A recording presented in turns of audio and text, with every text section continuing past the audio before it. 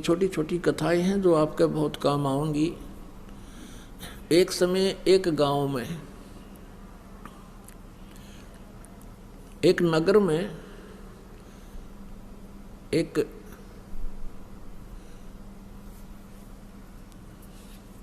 सेठ रहता था और उसने अपने गुरुजी से जो ज्ञान प्राप्त किया था उससे ये पता लग गया था कि भाई अब ये व्यवसायिक जो लोग होते हैं ये इन्हें देखा करें कि भाई कहाँ मुझे लाभ होगा, इन मोक्ष से कोई लेना देना नहीं होता। तो उसने ये पता पूछ लिया अपने गुरुजी से जब सत्संग कर रहे थे, फिर बाद में पूछा कि गुरुजी यूँ कहते हैं कि जैसे इस जन्म में किसी ने किसी से पैसा ले लिया और वो नहीं दे सका तो अगले जन्म में वो 1000 गुना करके वापस देना पड़ेगा। हाँ बेटा ऐसा ही होता है। तो उस लाला जी ने क्या कराया, अपना बोर्ड लगा दिया दुकान के आगे कि अभी कर्ज ले जाओ, जिसने कर्जा चाहिए, किसी ने लोन चाहिए ले सकता है, लेकिन अगले जन्म में लूँगा, इस जन्म में लूँ कोई ना। अब ये जो पैसे के पुजारी होते हैं ये इसे इतनी गिरजन की वृत्ति बताते हैं। एक लाला जी मर गया, यम के दूत पकड़ के ले गए तो उससे पूछने लगे भाई तेरे को पहले स्वर्ग में भेजा या नरक में, क्योंकि तेरे इतने पुण्य इतने पाप। नो बोला दोनों के बीच में बिठा दे, नून के भी आओगे गा कर, नरक वाले भी आओगे, दोनों के बीच में बिठा दो मैंने। यानी वहाँ भी अपने बिजनेस पॉइंट व्यू से ही सोचा उसने। तो इसी दृष्टिकोण से उस लाला जी ने अपने गेट पर ये बोर्ड लगा रखा था कि अभी इस जन्म जो कोई लोन लेगा तो अगले जन्म में लूँगा उससे। 2 ठग थे, उन्होंने वो बोर्ड पढ़ लिया, वो चले थे चोरी चारी करने, उन्होंने बोर्ड पढ़ लिया। दोनों बतलाए रही साहब मूर्ख, हमने तो पहली बार देखा, मेंटल तो नहीं है। अब उससे बात करी भाई लाला जी हमने 200 रुपये कर्ज दे दे। बोला ले ले भाई।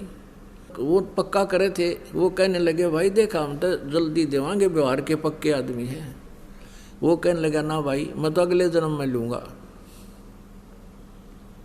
अब उन्होंने फिर पक्का करना भाई हम तो 6 महीना के भीतर तेरे वापस दे देंगे ब्याज रुपया। वो बोला ये ब्याज लूँगा और अगले जन्म में लूँगा, ना तो जाओ तुम।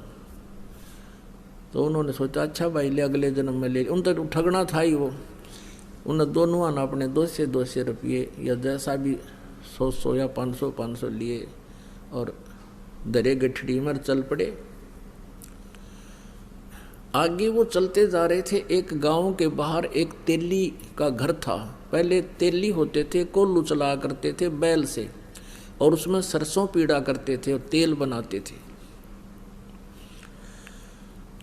उस तेली के आंगन में कोल्लू लग रहा था। एक बैल तो चल रहा था, कोल्लू चला रहा था, एक वहाँ खड़ा था पेड़ से बांध रखा था।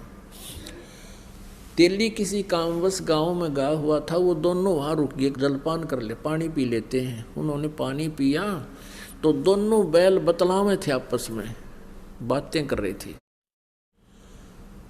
अब जो बैल चल रहा था उसमें कोल्लू में उसने पूछा जो बैल खड़ा था कि भी तेरा कितना लेन देन इस तेली के साथ बचा है। अब वो खड़ा बैल कह रहा है कि अभी कल जो है ना एक व्यक्ति आएगा और मुझे इससे मोल ले जाएगा 200 या 400 रुपये में। वो उस तेली का वो इतने पैसे मांगता है, और वो जो मुझे लेने आएगा वो मेरे 1200 रुपये मांगता है। उसके सारा हिसाब किताब ला कर 1200 रुपये ब्याज ब्यूज के हो रहे हैं। और वो फिर क्या होगा, मुझे यहाँ से ले जाएगा। आगे एक राजा ने हाथियों का युद्ध करवा रखा होगा आपस में भिड़ंत, और उसमें इनाम रखा होगा 12 रुपये का रखा हुआ है। मुझे वो ले जाएंगे, उनका वो तमाशा देखने लग जाएंगे हाथियों के झगड़े लड़ाई को, और मैं उस हाथी को हरा दूंगा जिसने सबको पराजित कर दिया होगा, और फिर मुझे 1200 रुपये का इनाम मिलेगा मेरे उस मालिक को जो यहाँ से ले जाएगा। मेरी मृत्यु हो जाएगी, मेरा और उसका हिसाब बराबर हो जाएगा। भाई मैंने पिछले जन्म में उसने जो ना 20 रुपये लिए थे, आज वो 1200 हो गए।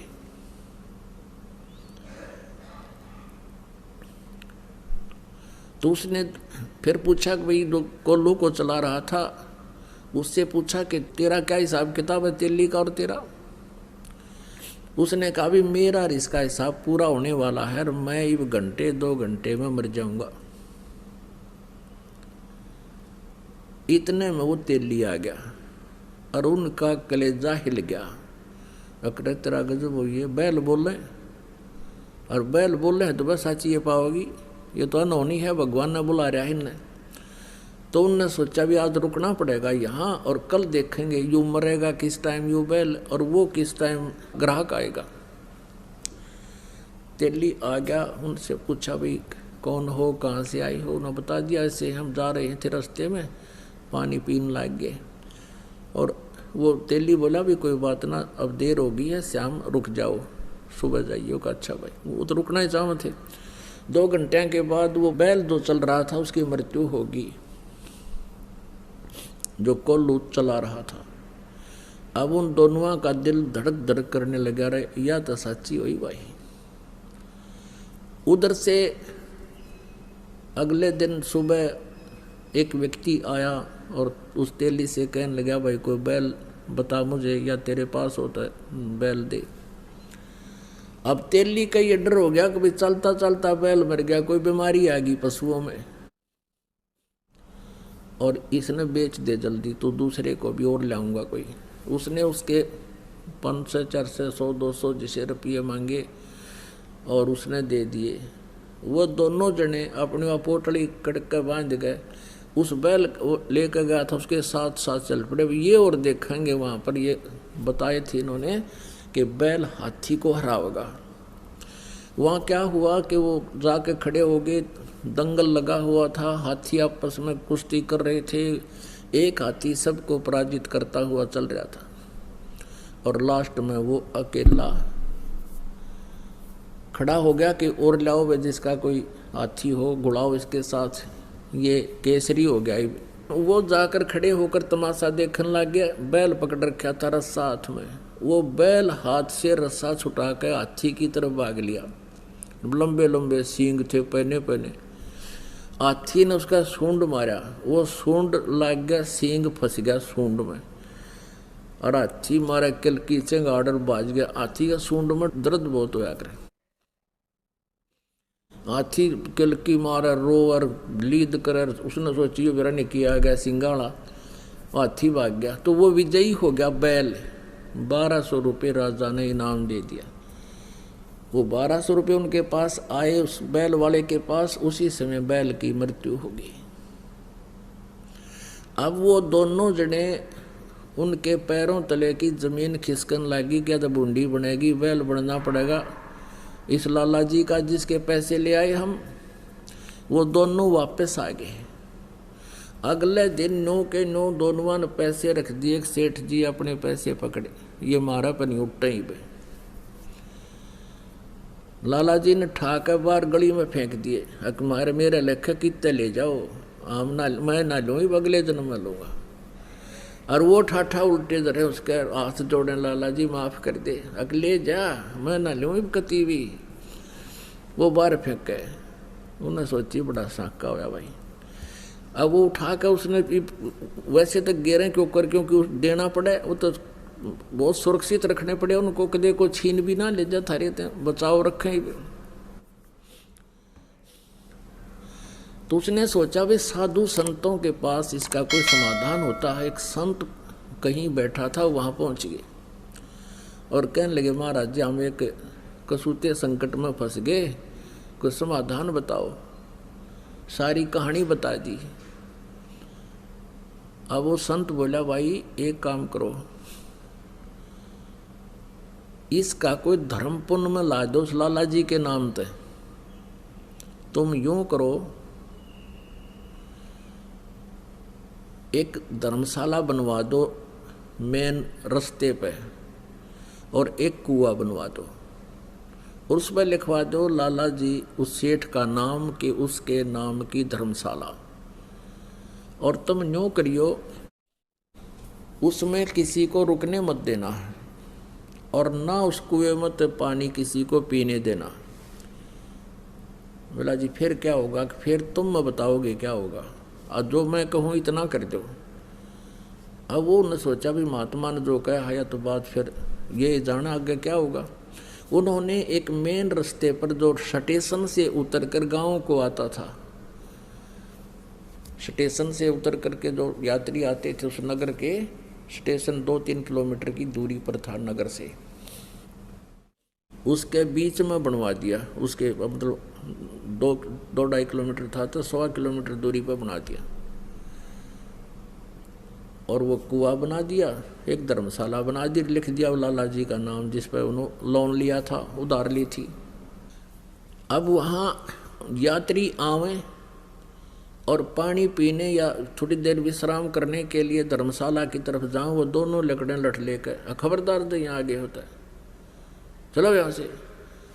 तो वो कहने लगे, भाई क्यों तुमने धर्मशाला बनवा रखी, कुआं बनवा रखा, तो रुकने क्यों नहीं देते, जल क्यों नहीं पीने देते? हकील लाला जी ने पूछ लो भाई, इसने मना कर रखा है कि यहाँ हम दोनों नौकर छोड़ रखे हैं, और कह रखा है ना इसमें किसी को रुकने देना, ना इसमें पानी पीने देना किसी को। इमाम आदमी ने बोले, बड़ा मूर्ख आदमी, इतना पैसा ला दिया और फिर किसी को यहाँ टिकने भी नहीं देते। आयो यो कैसा लाला जी हुआ, सब गाड़ी देते जाओ। एक दिन उसका समधी आ गया, उसके लड़की ब्याह रखी थी, वो समधी भी आया, उसने देखा पढ़ा अको हो तो अपने ही रिश्तेदार का बनवाया हुआ है, और अच्छी मरोड़ सी में पहुंचा, चला उधर को। वो दोनों लकड़े लठ ले गए, खबरदार जो इधर आया है। वो कहने लगा, अरे क्या बात भाई, मैं इसका रिश्तेदार हूँ। ने बोला, बाहर चल, तू किससे का रिश्तेदार हो? इसने ये कह रखा इस सेठ ने कि इस धर्मशाला में कोई रुक नहीं जा, और इस कुएं से कोई पानी नहीं पी ले, हमारी ड्यूटी ला रखी। वो कहने लगा, रहा ये बड़ा नालायक आदमी, मैं तो इसको बहुत अच्छा आदमी समझूं था रिश्तेदार को, ये तो जमा दुष्ट इंसान है, हैं? बता, प्याऊ बनवा रखी, कुआं बनवा रखा, धर्मशाला बनवा रखी, किसी को रुकने नहीं दे रहा। वो आया फिर अपने रिश्तेदार के घर आना ही था उसने, तो उसने उससे कहा, रे तू बड़ा नकम्मा आदमी, क्यों तो इतना पैसा लगावा था, तने वहाँ कितने पैसे लगा रखे, धर्मशाला बनवा रखी, कुआं बनवा रखा, और वो 2 मस्टंडे छोड़ रखे, तन ना पानी पीने देते किसी ने, और ना वहाँ रुकने देते, फिर क्यों इतना पैसा बर्बाद किया, तेरी बुद्धि खराब होगी क्या? अब उन्होंने सोचा, भाई कौन सा, कहाँ धर्मशाला है, कौन सा कुआं है। वो काफी देर सोचता रहा, क्या बात है, क्या कह रहे हो आप? कह के मैं झूठ रहा हूँ, तेरा नाम लिख रखा और तेरे नाम से धर्मशाला बनवा रखी, कुछ लाला जी ने धर्मशाला बनवा रखी है, उसी ने ये कुआं बनवा रखा है, और वहाँ 2 खड़े हैं, वो लठ लिए इन्हों को किससे नियाण दें, लाला जी ने कह रखी है। उसने सोची, देखूं तो कहाँ, वो उस दोनों जने आए, देखे तो वह खड़े सामने लठ ले। वो जान गया कि ये तो भाई मेरी बेइज्जती करवा दी न। तो कहने लगे, भाई तुम क्यों कर पीछा छोड़ो मेरा। वो सेठ बोला, ने बोला मारी वो कलम तार दे और कह दे मेरे आए हो लिए।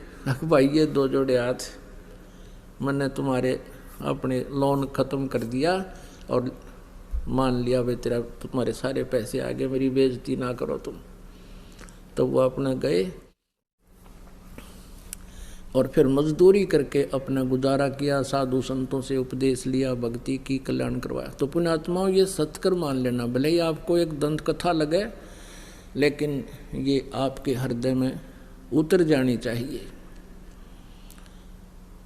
आज क्या हालत है जीव की। तो इस प्रकार जब अध्यात्म ज्ञान हो जाएगा आपको, आप ये गलती नहीं कर सकते हैं। ये दास देख रहा है, पहले शराब पिया करते थे, ताश खेला करते थे, दुनिया ने लूटा करते थे, 2 के 20 बनाया करते थे, चाहे कोई दूध बेचा था या कोई दुकानदार था, और दूनी बिरान माटी हो रही थी उनकी। और आज वो प्राणी किसी का 10 रुपये आ जाते हैं ना, घर दे काम वापस। एक बहन बता रही थी कि मैंने एक लाला जी से कपड़ा लिया, उसने रेट बताया, कम बत्ती करके जो हमारा फाइनल रेट हुआ वो 200 रुपये का हुआ, और मैंने उसको 1000 का नोट दे दिया, उसने मेरे को 1250 रुपये वापस दे दिए, क्यों करके उसका धोखा लगा। तो मैंने उस टाइम तो ध्यान रहा नहीं, और घर आके देखा कि मैं तो इतना का सामान लाई हूँ, इतना पैसा मेरे पास, ये फालतू आ गया सेठ का। अगले दिन गई और उसके वापस पैसे दिए उसने, जितने भी वो फालतू थे, वो उसके मुंह का नहीं देखा है। ए बेटी तू तो देवी उतर रही है, यहाँ तो ठा ले जा, वापस देने की बात दूर से, जब दाव लग जाता कि मैं और भी ठा ले जा लोग, और तू वापस देना आ गई, मेरा तो याद भी ना थे। तो पुण्यात्माओं, इस प्रकार फिर आप के पास किसी का एक नया पैसा भी हजम नहीं हो सकता। आत्मा नहीं मानना आपकी, क्योंकि इसको पता है फिर के दुरुगति होगी और कैसे पूरे करने पड़ेंगे। गधा बन के कुम्हार के घर पे ये प्राणी उसके पूरे करेगा, और फिर कितना कष्ट उसके ऊपर से गुजरेगा वही जाने। तो पुण्यात्माओं, परमात्मा कहते हैं अपनी महिमा बताने के लिए कि तुमने उस दरगाह का मैल नहीं देखा और धर्मराज के तिल तिल का देखा।